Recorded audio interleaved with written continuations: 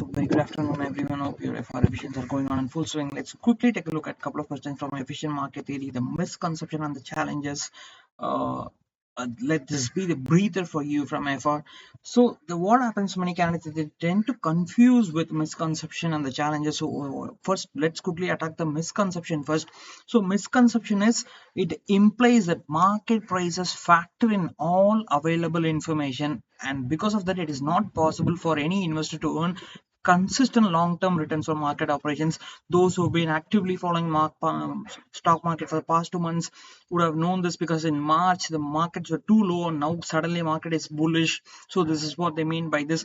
And although prices tend to fluctuate, they cannot reflect the fair value, because the future is uncertain. You never know how much the crude oil will be and what are the various geopolitical factors and all those things. So the market keeps bringing surprises continually, and as prices reflect the surprises, they fluctuate. Hence, they cannot reflect the fair value.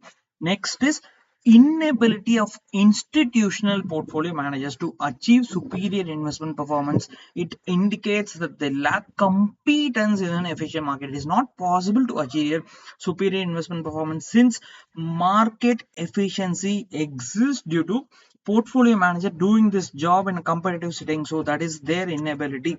Next is last point, the random movement of stock prices suggests that stock market is irrational. That is, the randomness and irrationality are two different things. If investors are irrational and competitive, price changes are bound to be random. So let's quickly summarize it. First one is, it is not possible for any investor to keep their portfolio see always in green. It will be green, it will be in red, and all those things. And also prices will not reflect the fair value because of various external factors, and the inability of the institutional portfolio managers to achieve superior performance in an efficient market. And lastly, the random movement of the stock prices. So moving on to the next question, that is the challenges in efficient market theory.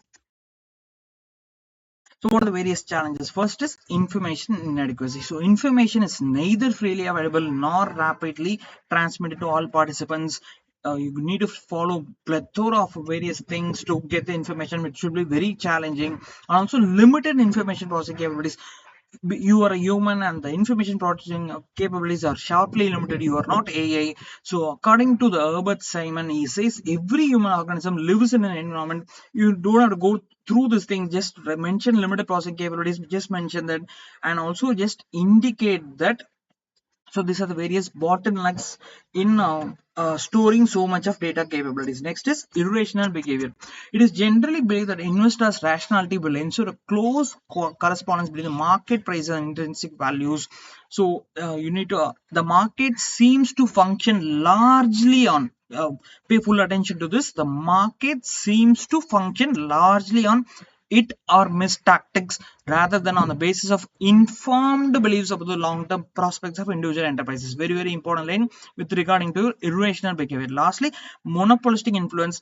A market is regarded as highly competitive. No single buyer or seller is supposed to have undue influences over the prices. There cannot be room for any cartel. So, but in practice, in reality, powerful institutions and big operators wield great influence over the market. For example, when FA brings in pools in the money, the market goes up, and then when FA's exit, the market goes down. So these are the various challenges. Let's quickly recall the side ratings alone. First is information inadequacy, next limited information processing capabilities, next is irrational behavior, and lastly monopolistic influence. That is it. Hope all of you paid full and make full use of it. Best wishes for AFR. Keep going. All the best.